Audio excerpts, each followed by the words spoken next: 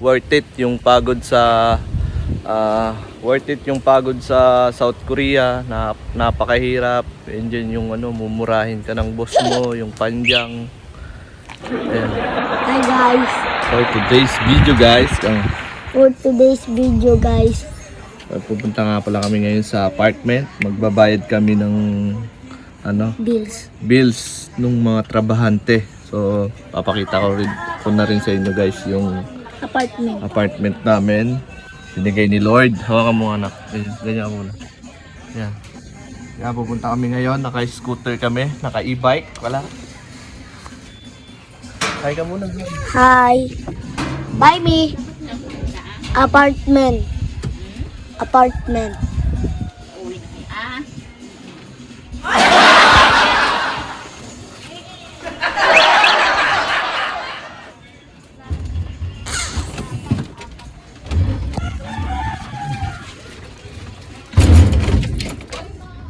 Hi guys, today's video ay share ko sa inyo guys kung punta ako ngayon sa apartment. Magbabayad ako ng mga nagtrabaho. So share ko sa inyo guys kung magkano nga ba nagastos ko sa apartment katas ng OFW South Korea. Share ko sa inyo guys kung magkano puhunan ng hanggang second floor 6 units apartment dito sa Cavite. So nandito ako ngayon sa Cavite guys.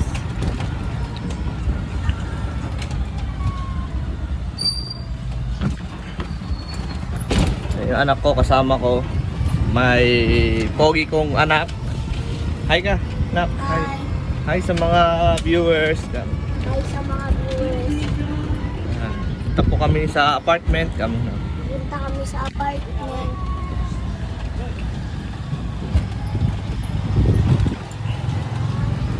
Dito kami ngayon sa subdivision.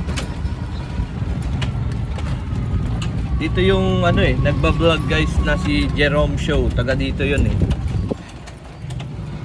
OFW din yun sa South Korea. Nagba-vlog dito sa Springtown. Taga dito yun.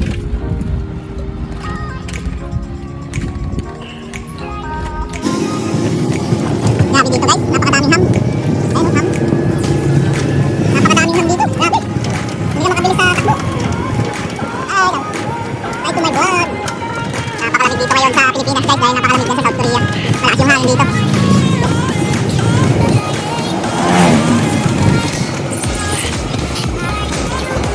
to my God. Hello po, kamusta po kayo?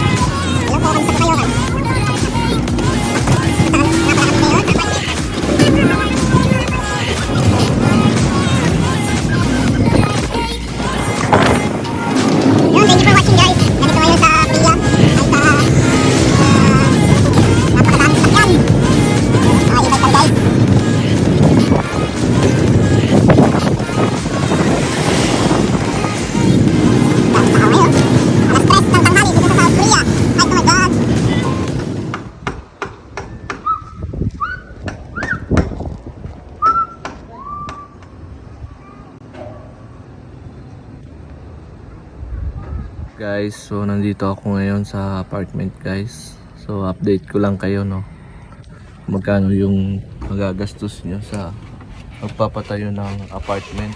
Yan. Katas ng OFW South Korea, 5 years and 10 months.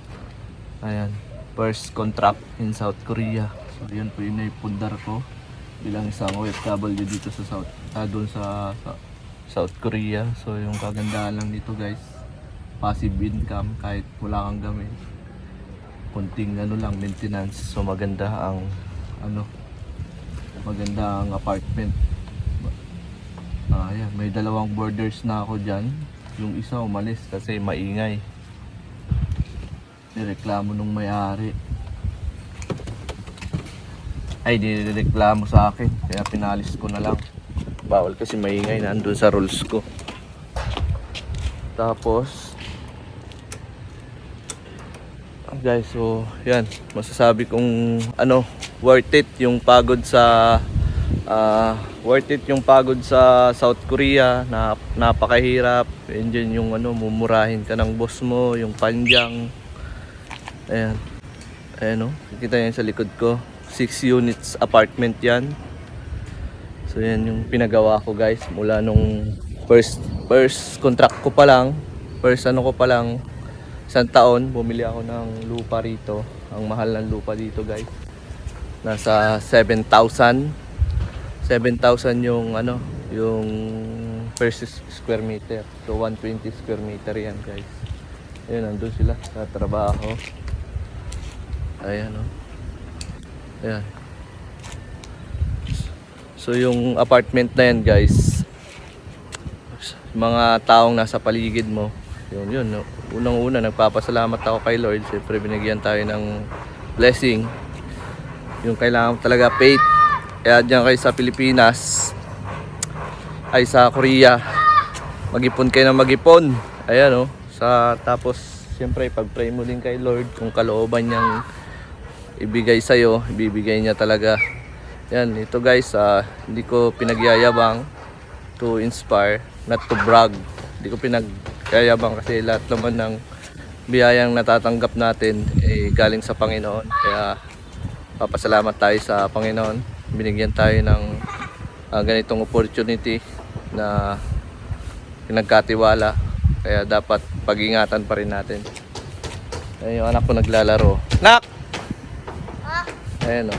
Hi, kamo. Hi. So pasok tayo. Tour ko kayo guys.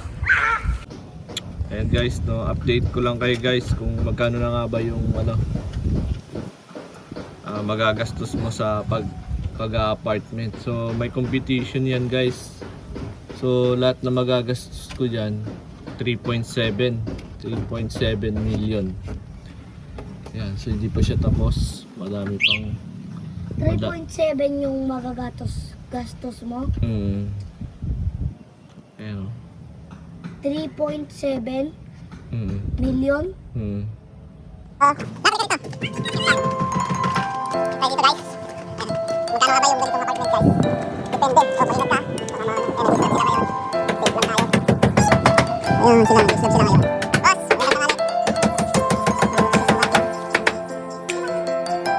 magandang pangalan. Mamaya, dito kayo. Mamahulog ka din. Register sila. Register sila ngayon. Inag ka.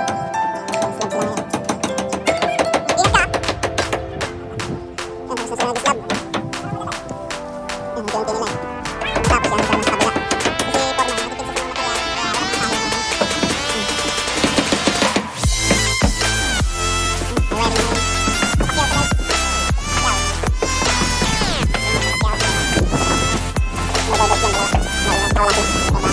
kaya wala kang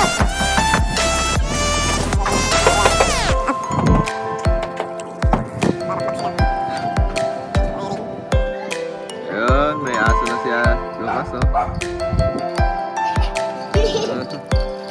Ito silang dalawa oh.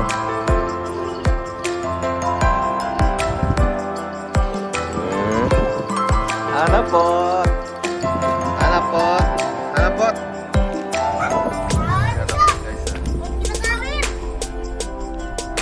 Yung kinakain siya, tanggalin mo. Ha?